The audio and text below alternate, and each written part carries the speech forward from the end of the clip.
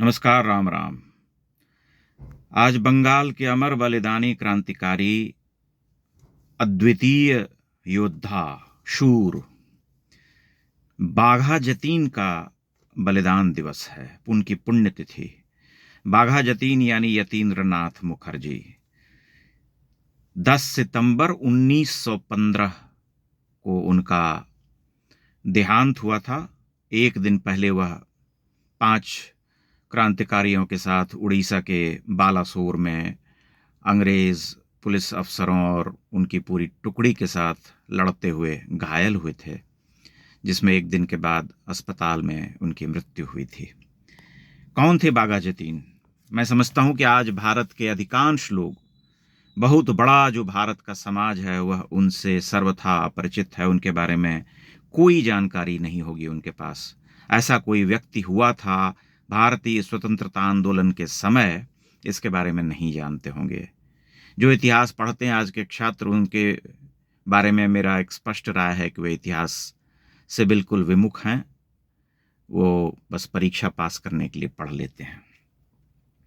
बाघा जतीन का जन्म जो है 7 दिसंबर 1879 को आज के बांग्लादेश में हुआ था। कायाग्राम जगह है। और 17-18 वर्ष की उम्र में जब उन्होंने 12वीं पास की, तब जो है कलकत्ता में ही थे वे। और उसी समय उनका परिचय जो है उस काल के बड़े यशस्वी लोगों से होने लगा था, जिसमें कि स्वामी विवेकानंद, बंकिम चंद्र चट्टोपाध्याय, रविंद्रनाथ टैगोर और अन्य क्रांतिकारियों से।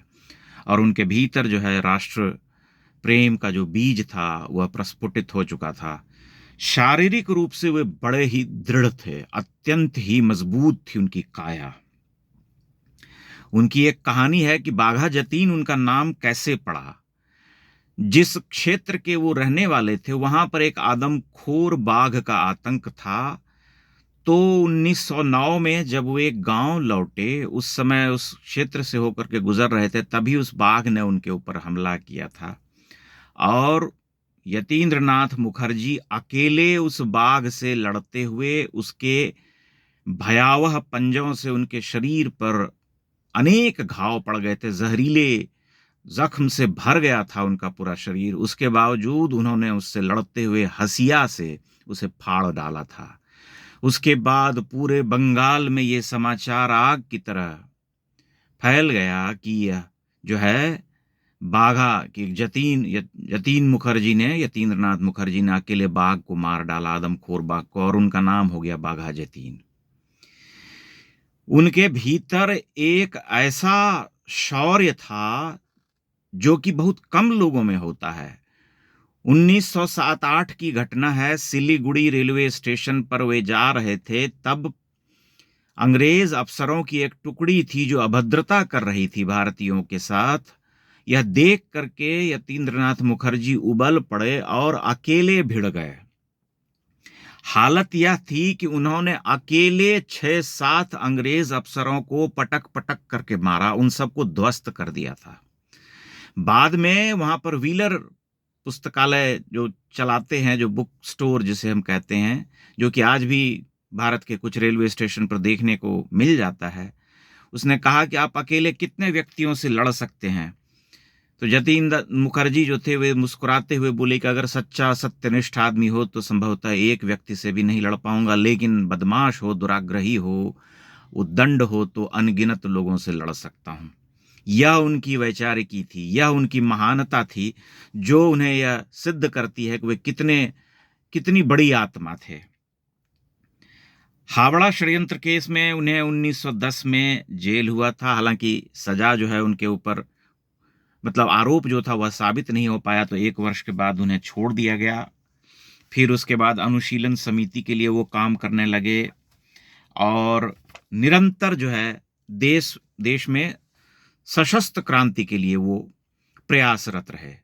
उस समय बंगाल में और दूसरे इलाकों में जो बड़े बड़े डाके पड़ते थे बैंकों में, यहाँ वहाँ धन लूटने के इरादे से, उन सब को फलीभूत या सफल करने में सबसे बड़ा जो रोल या सबसे बड़ी भूमिका बाघा जतीन की हुआ करती थी।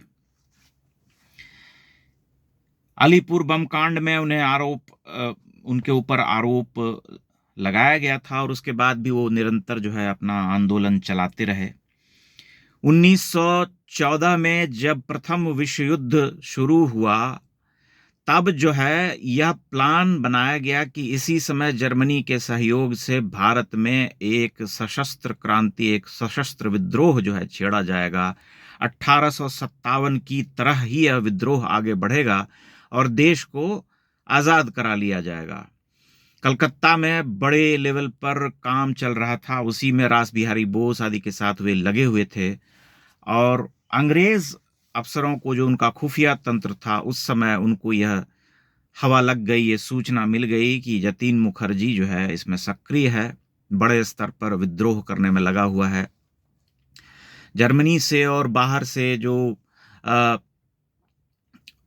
क्रांतिकारी सब जो विदेश में गए थे लाला हरदयाल की अगुवाई में, उन सब में से बहुत सारे लोग देश लौट करके आने लगे थे और उन सब ने यह योजना बनाई थी कि सशस्त्र विद्रोह किया जाएगा। भारी मात्रा में हथियारों का जुटान किया जा रहा था। तभी जो है उस समय जब धरपकड़ तेज हुई तो उनसे कहा गया कि आप जो है किसी सुरक्षित स्थान पर चले जाइए और बाघा जतीन जो है उड़ीसा भेजे गए। बालासोर से 30-32 किलोमीटर दूर वो उनको एक गुप्त स्थान पर रखा गया, लेकिन उनके ठिकाने की खबर जो है एक मुखबिर ने पुलिस को बता दी, अंग्रेज अफसरों को। और जब वे वहां से निकलने की योजना बना रहे थे, तब उनके एक साथी क्रांतिकारी जो ठीक नहीं थे, बीमार थे, उनके कारण जतीन मुखर्जी वहां देर तक रुके रहे। लोगों ने कहा कि आप चले जाइए, लेकिन वे मानने को तैयार नहीं थे, बोले कि नहीं, छोड़ करके नहीं जा सकते। फिर वहां से वे निकले और 5 क्रांतिकारियों का जत्था था जो जंगल जंगल जा रहा था। तभी उन्हें घेर करके उनके साथ मुठभेड़ हुई। लगभग 1.25 घंटे 1.5 घंटे तक चली मुठभेड़ में एक पूरी टुकड़ी अंग्रेज अफसरों की और पुलिस वालों की थी जो आधुनिक हथियार, राइफल आदि से लैस थी। उनके साथ ये 5 क्रांतिकारी 1.25 घंटा तक लोहा लेते रहे। इनके पास सिर्फ माउजर पिस्तौलें हुआ करती थीं। उस मुठभेड़ में 25 पुलिस वाले मारे गए थे, जबकि क्रांतिकारियों में 5 में से केवल 2 की ही जान गई। 3 घायल हुए थे, जिनमें से कि जतीन दाभी एक थे। और जतीन मुखर्जी को जब अस्पताल ले जाया गया, तब 10 सितंबर को 1915 को उनका देहांत हुआ और बंगाल के बड़े बड़े लोगों ने उन्हें श्रद्धांजलि दी। देश के बड़े बड़े लोगों ने, यहाँ तक कि महात्मा गांधी जिन्हें कि गर्म दल के लोगों से कोई सहानुभूति नहीं थी, बल्कि एक तरह से वे बहुत कठोर थे, उन्होंने कहा था कि वे दिव्य आत्मा थे। चार्ल्स टेगार्ट ने एक जगह लिखा है कि अगर जतीन मुखर्जी इंग्लैंड में पैदा हुए होते तो उनकी प्रतिमा ट्रैफलगर स्क्वायर में नील्सन के साथ लगाई जाती, क्योंकि वे इतने बड़े योद्धा थे। अदम्य साहस था उनका, शूरवीर, शारीरिक रूप से बलिष्ठ, उतने ही आत्माभिमानी और उतने ही पराक्रमी, हर तरह के अन्याय के विरुद्ध आवाज उठाने वाले। अब आप सोचिए कि बंगाल में कैसे यशस्वी लोग हुआ करते थे 100 वर्ष पहले, आज उसी बंगाल की ये दुर्दशा हो गई है। एक राजनीतिक व्यवस्था ने पिछले 50 वर्ष में बंगाल की ऐसी रीढ़ तोड़ी कि वह उस कुचक्र से बाहर निकलने को तैयार नहीं है, बल्कि उसी में रचा बसा है, उसी को श्रेष्ठ मानने लगा है। जतीन मुखर्जी के बहाने हम बंगाल के अन्य यशस्वी क्रांतिकारियों को भी याद करते रहेंगे, लेकिन आज का दिन चूंकि उनके बलिदान का दिन है, उनकी पुण्यतिथि है, इसलिए उनको स्मरण किया और लोगों को भी बताने का प्रयास किया जो ये भूल चुके हैं कि जतीन मुखर्जी कौन थे या बाघा जतीन कौन थे। आशा करता हूं मेरा यह कार्यक्रम या मेरा यह जो भी वाचन था आप सबको ठीक लगा होगा, और मेरा उत्साहवर्धन करने के लिए आप मेरे चैनल को सब्सक्राइब करते रहें, ताकि मैं अनेक विषयों पर अपनी बात लेकर के आता रहूं आप सबके समक्ष। बहुत बहुत धन्यवाद।